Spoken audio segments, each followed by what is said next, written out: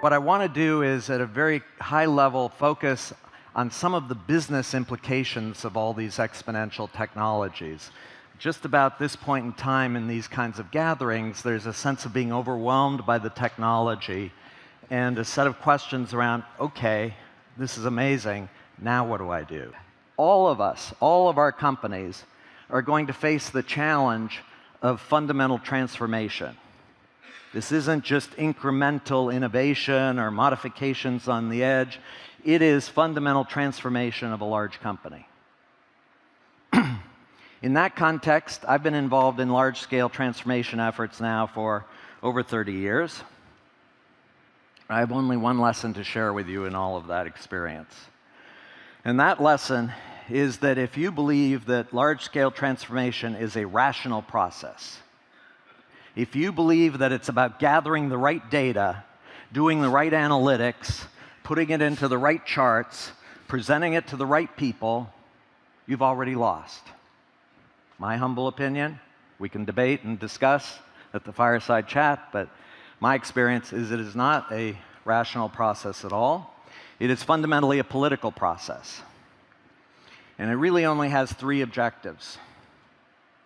Objective number one, identify and neutralize, by all means necessary, the enemies of change.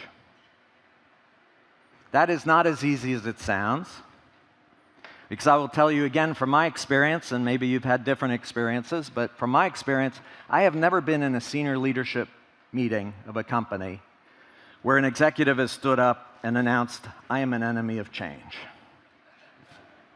Hasn't happened. What happens is they sit around the table, look at the charts, smile, nod at each other, say, yes, we need to change, and then they go back into the privacy of their offices to conspire to figure out how to undermine the process of change. So identifying the enemies of change is non-trivial. Second objective, identify and strengthen, by all means possible, the champions of change. And then there's a third objective, and here I take great inspiration from a book that I hope many of you have read. I would certainly encourage you to read it if you haven't. It's called The Art of War. One of the key messages in The Art of War is if you have to engage the enemy in battle, you've already lost the war.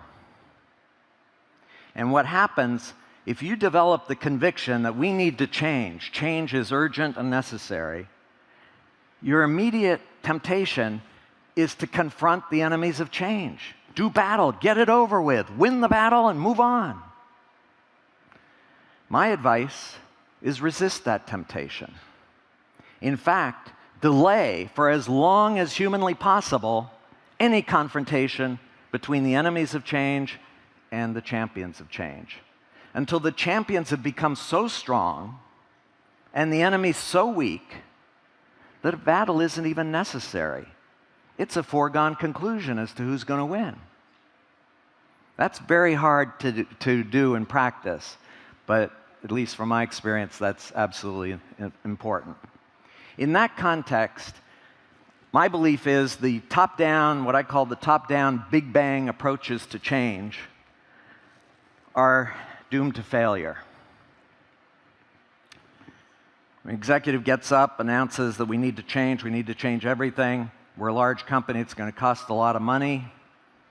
We're a large company, it's going to take a long time. You can't turn around a battleship overnight. But at the end of all that, wonderful things are going to happen. What that person has just done is put on their back a bullseye and invited all the antibodies and the immune system of the organization to mobilize to attack. It's going to cost a lot of money. Where's that money coming from? It's going to take a long time. I got quarterly numbers to meet. I need those resources for that. So, is there an alternative? I only have 3 minutes to give you a hint of it, but again, hopefully this evening can give you a little more exposure to it. It's something that we call scaling edges. It's an approach that says rather than trying to do top-down, Big Bang approach to change, or the alternative approach that's become more popular now is skunk works. You create some skunk works out on the edge, and You build it up a little bit, get to some critical mass, and then you shove that skunkworks back into the core and use it as a catalyst for change. Our experience is those efforts, the immune system is very good at identifying these foreign bodies and mobilizing to attack as they come back in. The alternative approach of scaling edges is no, start on an edge, but identify an edge to the company that, because of these exponential forces that are at work and the big shift that we've been talking about, has the potential to scale to the point where it could actually become the new core of your business. Not just a diversification, a little product adjunct or a new business initiative. No, actually could become the core of your business in terms of profits and revenues generated. And then focus on scaling that edge, and over time, pulling more and more of the people and resources from the core out to the edge, to the point where it becomes the new core. Now, I'll be the first to acknowledge there aren't a lot of great examples of scaling edges fully played out. There's one illustration that I'll just share with you because I already mentioned the company. It's called Li & Fung, that Chinese company. Li & Fung is actually a very old company. They started in Hong Kong over 100 years ago. Most of their life, until the 1970s, Li & Fung was a classic broker business. They connected an apparel designer in the West with a manufacturing plant in China. They took a commission, did the deal, and moved on to the next deal. Two brothers took over the company in the mid-1970s, and they were under increasing margin pressure on those commissions, and they said, we got to change. This is not sustainable. And they engaged, actually, they didn't describe it at the time, it was intuitive, but they engaged in a zoom out, zoom in kind of approach, and they zoomed out and said the apparel industry is becoming more complex on a global scale, and apparel designers need somebody who can be their trusted advisor, who can basically help them to navigate through an increasingly complex and rapidly changing world out there.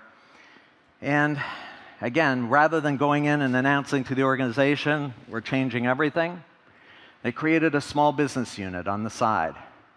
It was the Calvin Klein business unit. It had 3 people in it. And the assignment for those 3 people was go out to the Calvin Klein organization and basically live with them, get to know them better than they know themselves, and become more and more helpful to them in terms of connecting to relevant resources around the world.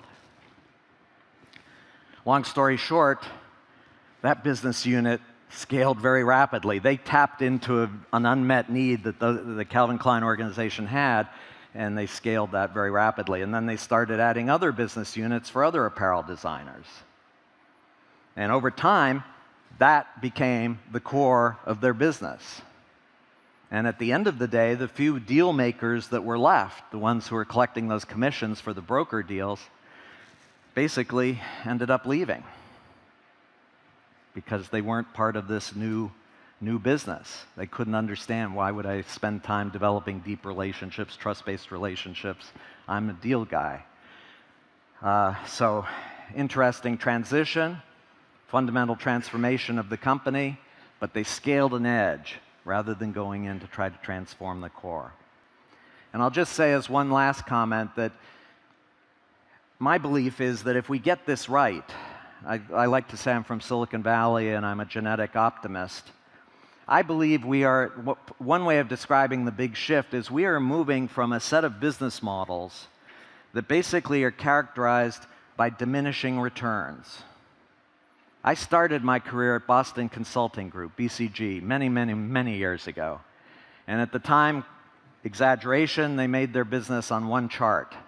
It was called the experience curve. They were describing and quantifying operating performance improvement in industry after industry. They started with semiconductors, they went out to everything from Japanese beer to toilet paper, and they found the experience curve was a very accurate descriptor of how performance improved in a market or industry over time. Very accurate, but the problem was it was a diminishing returns curve. The more experience you accumulated in a market or industry, the longer and harder you had to work to get that next increment of performance improvement.